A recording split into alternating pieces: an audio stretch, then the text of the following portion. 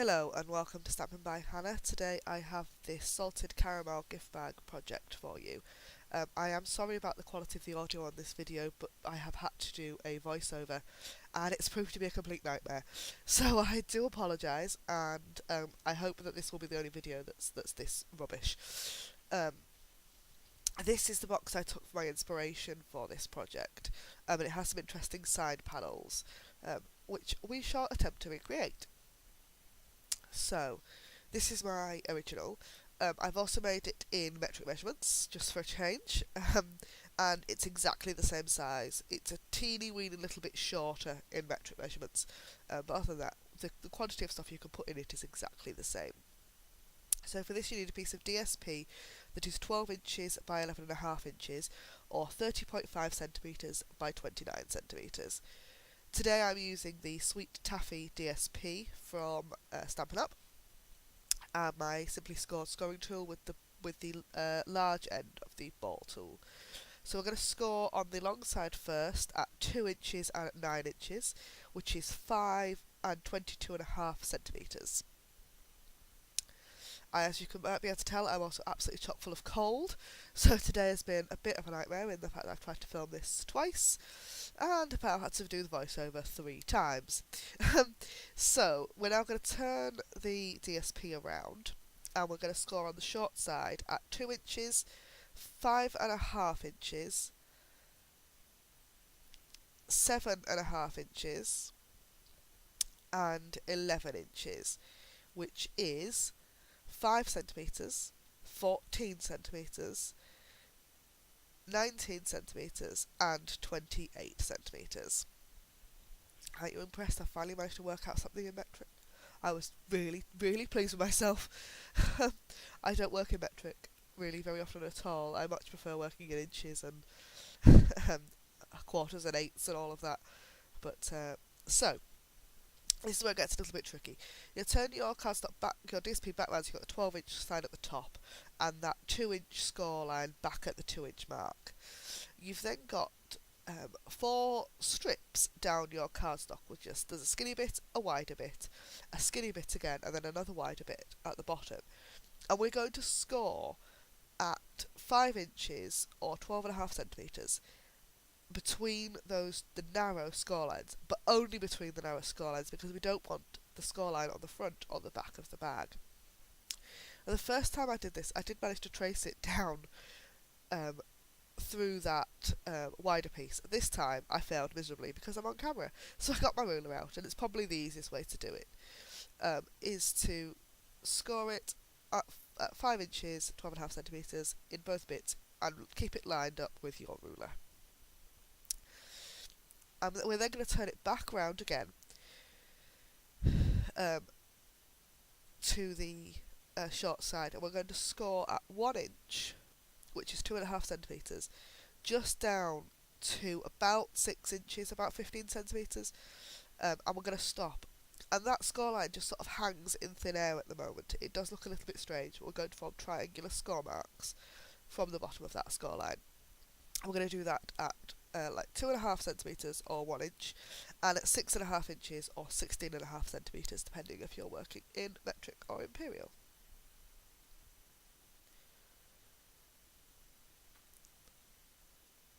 That's all we need the Simply Scored for today, so I'm going to put that away, and now we're going to form our triangles. Now, your Simply Scored scoring tool has 2 different ball ends. There's a thin end for cardstock and a wide end for DSP, and I would advise you always use the wider or the bigger ball end for your DSP, because it won't rip your paper. When you're scoring like this on just straight onto grid paper, I always use the skinny end of my ball tool, because it gives me a crisper line. It's not going to rip my paper because there's just nothing underneath. You know, it's got a solid base. You're not forcing the DSP into a crack or a groove in the Simply Scored, but you want that kind of crisp line. So we're going to score those 2 triangles with the kind of hanging end of that previous score line forming the top of the triangle, and the two ends of those short score lines forming the base. Now, this is the point where I get myself all confused and muddled, as usual.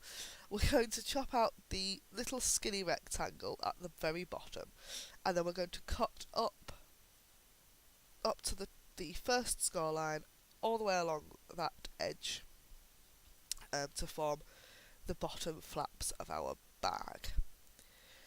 I should really have folded and burnished it first, but you know what I'm like, I get a bit excited about using scissors. They don't let me out very often, you know. And so I've cut before I folded and burnished. I would advise that you fold and burnish before you start cutting, otherwise you end up in a bit of a mess, which is what I do a bit later on. This bag's a little bit unusual because normally we would fold the back of the bag over to form a flap that comes over the front. This bag's a little bit different in the fact that it's the front that comes over to form the flap at the back. And as you can see in my original version, I've used a scallop circle and a brad for the closure. I'm not going to do that at this point in this video because I've realised I've forgotten the brad and the scallop circle. So we need to keep the widest section the furthest away from the skinny strip on the end. You'll see what I mean in a minute. So I'll chop away all the rest of that DSP. To leave us with a lovely flap that will come over the front of our bag. I love this bag actually. I particularly like the fudge that came in it as well. I found it in Home Bargains just before Christmas and thought, oh, perfect, great box. Use the whole sheet of 12x12.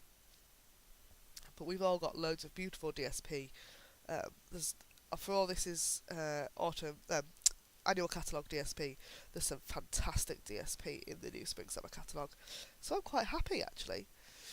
So we're now going to fold and burnish, which you will have already done by this point because you won't be silly like me and you won't get excited about scissors. Excuse me, I'm just going to wipe my nose because I've got a cold and I'm dripping. So, folding and burnishing on all those score lines, and I'm going to burnish this DSP.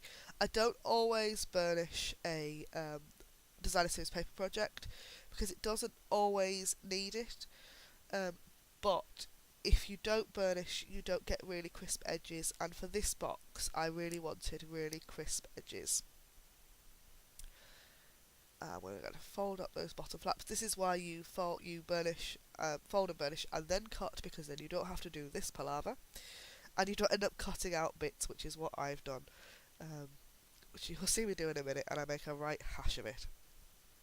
See, our Stampin' Up demos, we're not perfect either. Particularly when I'm on camera. It all goes perfectly well when I'm just crafting on my own, but the minute I invite you lot into my craft room it all goes a bit wrong.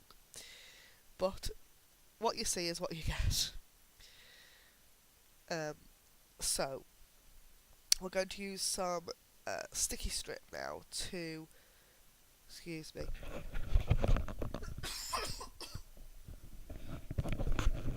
sorry about that. No, we're not going to use sticky strip. We're going to fold and burnish the triangular pieces. I would just manipulate these with my fingers. They do not need a bone folder on them. They just need the paper just needs a little bit of instruction on what exactly it's doing. That horizontal scoreline means that scoreline won't track all the way down the bag, which is not what we want.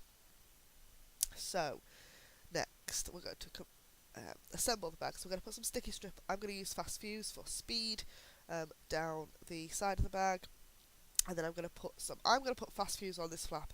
I wouldn't if I was doing this. Normally I'd have used sticky strip because the fast fuse, at least sticky strip's got a protective carrier film on, so that it's not sticky now when I'm trying to stick the rest of the bag together. So it should just nicely wrap round and stick together beautifully, and then to do the bottom we just fold the two flaps in, back down and front over, and get it lovely and square and beautiful. Then if you pinch in the sides, that flap folds backwards over the back of the box. And like I said, I think this would look beautiful with some of the antique brads, using an antique brad as a closure, but I haven't got any of those at the moment, so I've used a glue dot. Um, because I forgot all about this bit of this bag, which is quite special. So we're also going to round the corners off of that flap first, using the Project Life by Stampin' Up corner rounder. I will admit this corner rounder needs a little bit of practice, and I haven't got the hang of it yet at all. It's quite magical. So I've got to go and get my glue dots. Here, I think. Oh yes. Grab the glue dots out.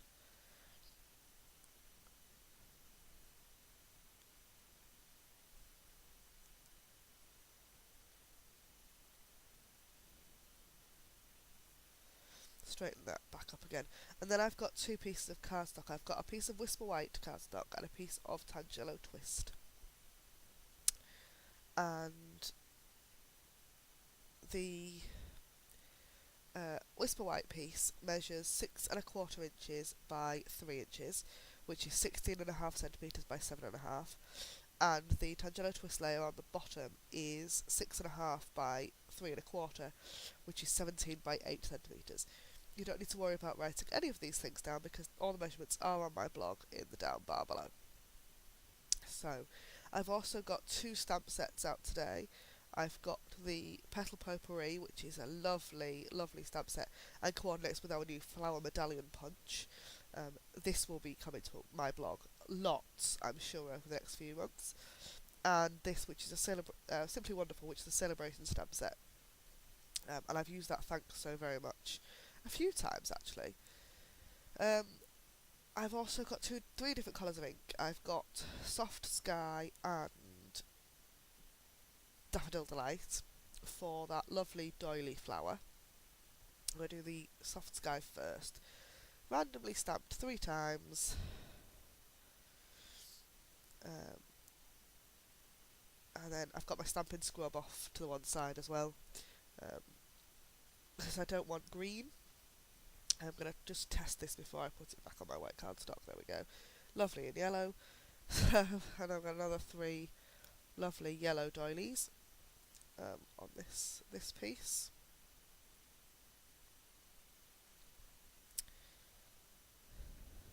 And isn't that gorgeous? It hasn't shown, the photos of this have not done this bag justice at all. I haven't done this bag justice in this voiceover because I feel rubbish. My cold is getting gradually worse and I've got an awful tickly cough and I'm going to try and keep going for as long as physically possible. There is another 2 minutes of this video left, but I'm hoping that I get to the end of it. So we're going to take this thanks so very much stamp out of that lovely celebration stamp set, which you can get for free by ordering £45 worth of Stampin' Up product before the end of March. So there's plenty of time for you to get your hands on it. Lovely ink, and which is Tangelo Twist again, back up onto my Whisper White, scrap piece of Whisper White, and we're going to punch it out with the Decorative Labels punch, which it fits in absolutely perfectly. There are these Simply Wonderful has two stamps that coordinate with punches in it. There's this thanks very much stamp which coordinates with the Decorative Labels, and there's a congrats stamp as well that coordinates with the large ovals punch. So I'm going to use some fast fuse to stick this together just because it's on my desk already and it's convenient. I've managed to get some fast fuse on my grid paper, of course, because, you know, I'm crafting, I'm making a mess. I need a dimensional for the back of that punched out piece. Just like that. And a bit of more fast fuse on the back to attach it onto the bag itself. And that is, how lovely is that project?